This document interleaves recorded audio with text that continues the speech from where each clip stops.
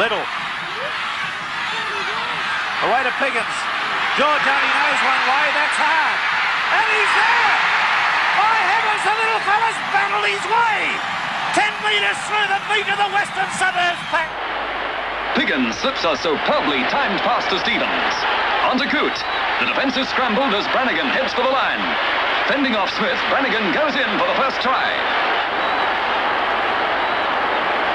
Smith runs into some rugged tackling. Piggins is called out for a warning as ambulance attention is on its way to the prostrate half.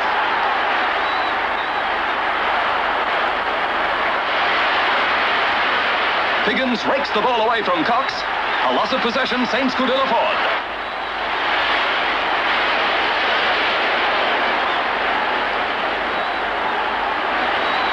Piggins charges head on. Again working the forwards, Grant sends to Coote with McCarthy in support on the inside. He takes the reverse pass and dashes 20 yards to touchdown between the posts.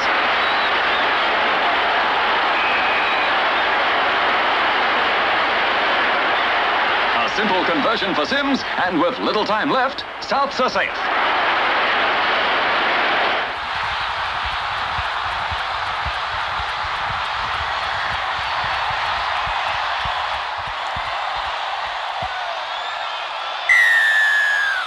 There are the Australians, full of ambition to take this World Championship, and the forwards Artie Beetson, the captain, a man of many torrid tests. Piggins the hooker, Beavers the blindside prop, second row Randall and Higgs, and a loose forward John Quayle. Ball lost, and the referee, I think, probably gonna a penalty offside. Peterborough offside. First penalty to Australia.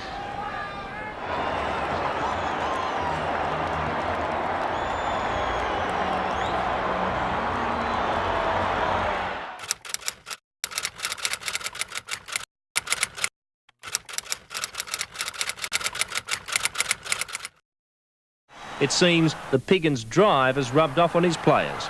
It's all based on feeling. You walk in, you can smell the hungriness there. And, I'm still getting their vibes off the player. They're still hungry. A nursery and many other business interests mean coaching football is his love, not his bread and butter. I just feel it's different for me, but, being at South, it's we take our losses and you get depressed like anyone else when you're getting beat. But the thing is, it's something more to me than I just want the joint to succeed and the area to succeed, and it's... I kind of G myself up out of that, and I believe the players G themselves up out of that. I'm not a mercenary coach, as I put them. I'm not a coach that goes from club to club, or a professional coach, whichever you like to say, But I believe coaches that move around are professional coaches. It's their living and they enjoy it. Like I could probably coach at South Sydney and nowhere else. The NRL has took us out of the competition for the year 2000.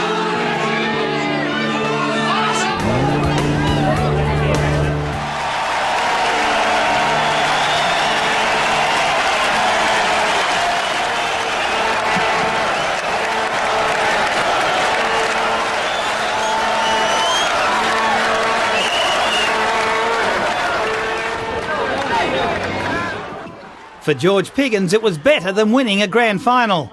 George Piggins. And he did that in 1971. The response to the Reclaim the Game rally was overwhelming. South President George Piggins still on a high after the massive turnout at yesterday's rally, where fans pleaded with the NRL to keep 16 teams. They've got to listen to the people, and unfortunately they're not. But there could be more drama ahead. The board's still to vote on legal action, with the rebel faction said to favour a joint venture with the Sharks. I will not be a part of a merger. I don't care what they offer. As you've seen the reaction out there of our fans, we could do nothing less but to take this to the highest court in the land. Yesterday, Justice Paul Finn rejected South's claims they'd been unfairly excluded from competition. But despite the ruling, South say they're not about to merge with another club and have rejected the NRL's invitation to play in its first division competition. We've got the proudest football record in this country, and I don't see why we when you see that we met every part of that criteria, why we should have to go to a second division competition when we should be in a first division competition. The Rugby League Players Association has also come out in support of the embattled club. The devastation from yesterday's court decision soon turned into defiance. We're going to appeal. We believe we've got causes to appeal, and we're going to go ahead with it. Directors and supporters met for more than 3 hours yesterday, deciding to lodge the appeal to the full bench of the federal court, a move which will cost them $100,000. From my way of thinking, maybe if we get 3 judges together, maybe we'll get the decision. The club will hold a rally in the city next Sunday, similar to one last year, which attracted 40,000 supporters. This is not about big business, this is about sport. George Piggins represents in many ways what South is all about. He doesn't take no for an answer. He'll fight to the death.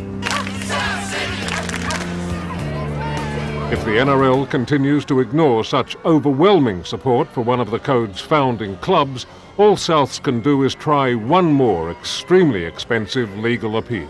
In the meantime, they had some blunt messages for the people currently running league. They should be here today seeing what the people have done here today with their feet and their hearts and their souls. This is rugby league. And there was a voice from league's past demanding a continuing say in its future. I know we're here in the name of South Sydney, but really we're in the name of rugby league. And if you don't return what belongs to the people, then you'll have to live with the consequences. It was left to one of the game's most influential figures to urge them to maintain the rage. You can't stop here. Stopping would not appear to be in South's vocabulary. Right's right, and the punters march. And there was 80,000 of them. And they said, we're not going to cop this. We're not going to have you take our team away. The fight's not over till you people walk away, and I promise you, till you people walk away, I won't. I'll stay and fight. Souths sat out of the competition for 2 long years, but under George's never-say-die leadership, they appealed and won. I'm authorised by Justice Moore to say that he would allow the appeal. The NRL revoked the exclusion.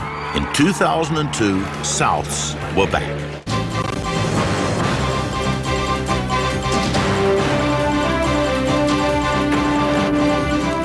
A stunning court victory paves the way for South Sydney to make a comeback.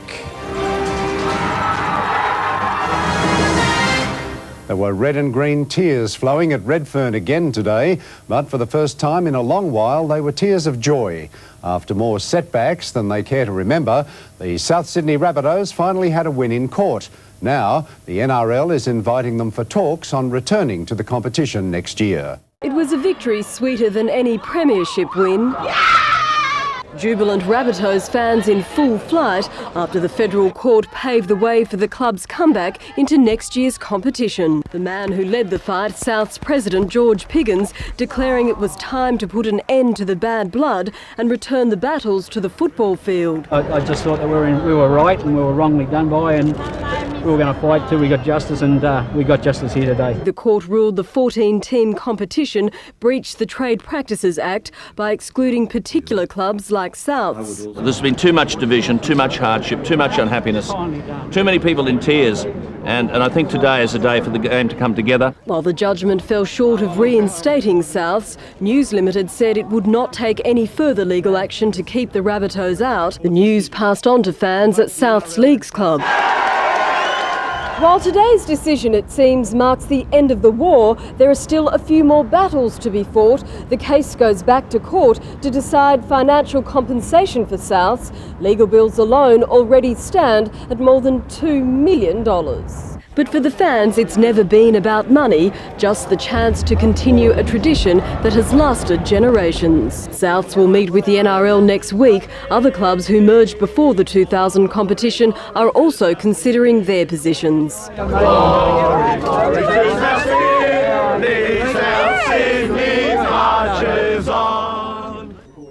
After so many defeats, they really thought they were at the end of the line. And then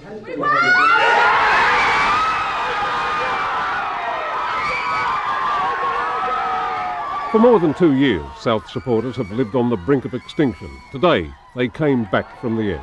They deserved their win. From the day they were shunted out of the competition in 1999, the Rabbitohs, sometimes with superstar Hollywood support, have fought the seemingly hopeless fight. Some of the most emotional street marches Sydney has ever seen. Boosting George Piggins, club president and the biggest battler of them all. Today, appropriately, it was time to say, hail to the chief. Together, people can move mountains, and that's what we did today. We moved the mountains. There's not much doubt about that. And the emotion was to overflow all through a very long day. Born in 1908, the winner of 20 premierships, runners-up 13 times, contributing more players to Test sides than any other, South has an extraordinary pedigree. Today, it all came down to 4 words. The bunnies are back. It was way back in 1925 at this ground that the famous sporting writer Claude Corbett, who just happens to be my grandfather, described South Sydney as the pride of the league. That was right then, and many believe will be again. Peter Harvey, National 9 News. George just put everything on the line. He put his business on the line, he put his home on the line, a lot of it. Without George, South Sydney would only be a memory.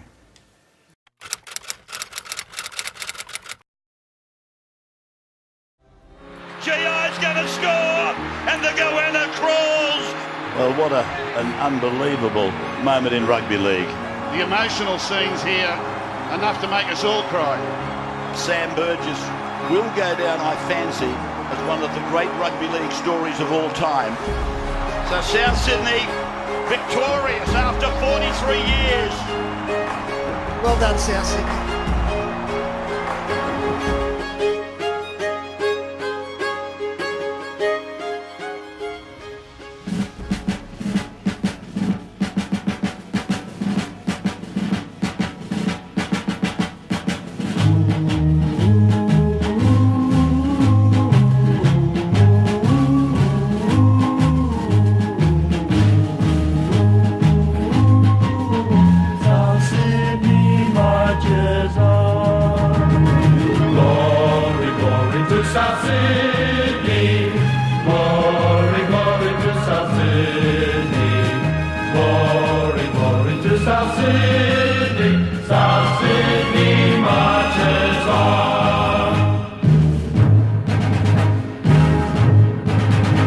When speaking of the champions, one stands above the rest. Glory's olden records proud when often put to test.